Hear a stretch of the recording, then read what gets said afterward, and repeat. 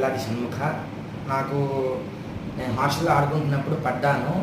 Ankle pain ఉంది నాకు. ఒక 3 months బాగా సఫర్ అయ్యాను. కట్లు కట్టారు, చాలా చేశారు. తర్వాత కొంచెం తెలిసిన వారి ద్వారా ఇక్కడికి అనీస్ ఫిజియోథెరపీ దగ్గరికి వచ్చాను. ఇక్కడ వచ్చిన 5 daysలో ఫుల్ రిక్వైర్మెంట్ వచ్చేసింది. ఇక్కడ చాలా బాగా ట్రీట్మెంట్ చేస్తున్నారు.